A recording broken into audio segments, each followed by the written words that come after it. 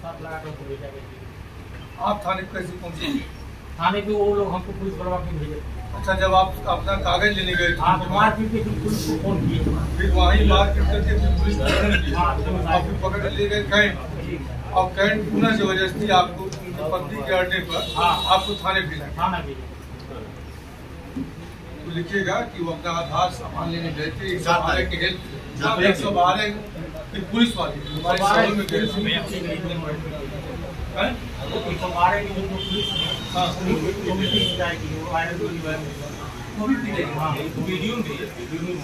अच्छा, उनको भी मारे डॉक्टर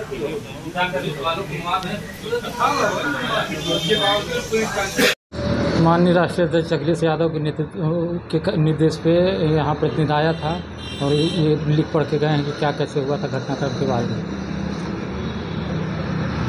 हुआ था जैसे मान लीजिए किस बात को लेकर के झगड़े हो गए, सुना हूँ। मैं गोरखपुर डॉक्टर नवजीत सरकारी के अस्पताल पे इलाज कराने गया था।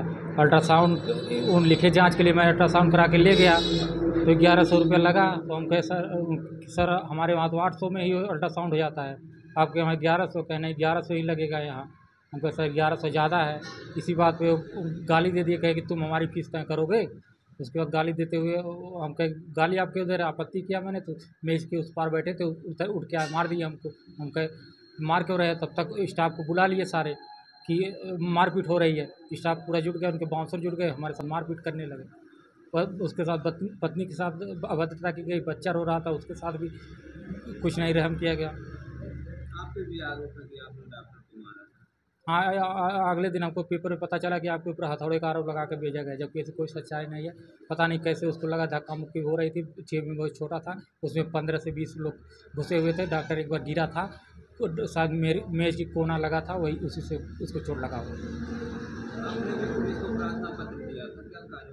पहले दिन मैंने पुलिस को प्रार्थना पत्र दिया था, दूसरे दिन हमको थाने बैठा लिया गया तो मेरी पत्नी तहरीर दी, उसके बाद कुछ कार्रवाई नहीं हुई। पहले दिन तो इतना तेज़ी से दिखाया गया कि आपके ऊपर क्यों मुकदमा होगा, सिपाही हैं आप, विभाग के हैं, क्यों नहीं मुकदमा होगा। आप मेडिकल कराई, तुरंत पुलिस हमारे मेडिकल तुरंत कराई। जैसे मेडिकल करवा के आते हैं तो ऐसा बोलते हैं कि सर ये जाओ घर, इसके खिलाफ मुकदमा नहीं होता है। आप पे आरोप है कि दूसरे दिन आप हथौड़ा लेके गए और डॉक्टर के ऊपर वार किया, क्या सच्चाई है? दूसरे दिन हमारा पूरा 2 साल की जो पत्नी का इलाज चल रहा था, उसको फाइल थी, रिपोर्ट था, जांच था, उसमें वो छूट गया था, आधार कार्ड पैन कार्ड, इतना चीज़ मेरा छूट गया था। तो मैं गया गोरखपुर लेने अकेले, तो मुझे डर लग रहा था कि सब मारेंगे, तो इसलिए मैं 112 को फ़ोन बुलाया, बताया ऐसी भैया समस्या है, चलिए दिलवा दीजिए। जैसे ही जा रहे थे अंदर तब तक हमको पहचान लिए, फिर आ गया उसके बाद हमको फिर पीटने लगे। नहीं, आपके साथ डायल 112 था, उसके बाद कैसे वो लोग मारने लगे?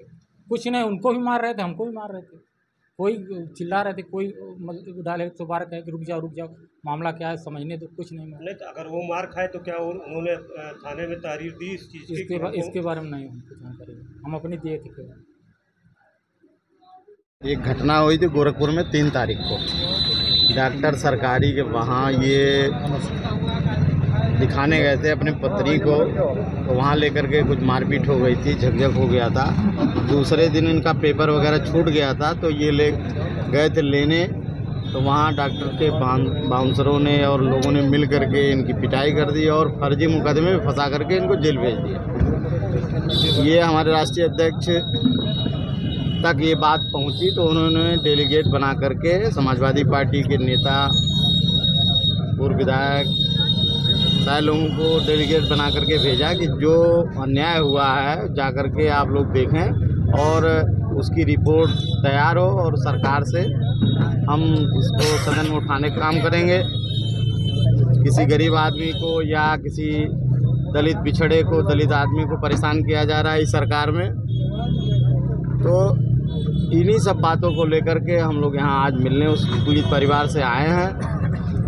इन पे आरोप था कि हथौड़ी से डॉक्टर के ऊपर हमला किए थे। अच्छा, ये बता दो आप कि जब पहले दिन जाते हैं तो इनकी इतनी पिटाई होती है बाउंसरों से, और दूसरे दिन जो 112 नंबर डायल की गाड़ी आती है उसको बुला करके अपना पेपर लेने जाते हैं तो कहा हथौड़ी पुलिस के साथ लेके जाएंगे मारने के लिए। ये बड़ा विषय है। अब वहाँ के अधिकारी या जो भी लोग थे दबाव में मुकदमा इनको जेल भेजने के नीयत से मनगढ़ंत तरीके से बना करके इन लोगों ने इस जो पंकज हैं इनको जेल भेजने का काम किया है। ये अन्याय है। इस सरकार में किसी को न्याय नहीं मिल सकता है। पूरे प्रदेश में सारा वर्ग परेशान है। सांसद जी अभी तक मुकदमा नहीं दर्ज हुआ है, इस पर क्या कहते हैं? अब जानते हैं कि पूरे प्रदेश में जो पीड़ित लोग हैं, जो मारे पीटे जा रहे हैं, उनका मुकदमा नहीं दर्ज हो रहा। अब आप जो दबंग लोग हैं, समाजवादी पार्टी के लोगों की तो और बात नहीं सुन रहे हैं। तो समाजवादी पार्टी के नेता कुछ हमारे इस दुखी परिवार के साथ खड़ा हो गया तो इनका मुकदमा तो और नहीं दर्ज कर रहे हैं। और पूरे प्रदेश में पार्टी की बातें छोड़ दो, आप किसी भी पार्टी का हो, साधारण व्यक्ति हो, गरीब आदमी हो, तो उसका कोई मुकदमा नहीं लिख जा रहा है। जो भाजपा के समर्थित लोग हैं उनका मुकदमा लिख दिया जा रहा है, अन्य गरीबों का मुकदमा नहीं लिखा जा रहा है। ये सरकार न्याय कैसे मिलेगा? हित के लिए क्या करेगी पार्टी हमारी?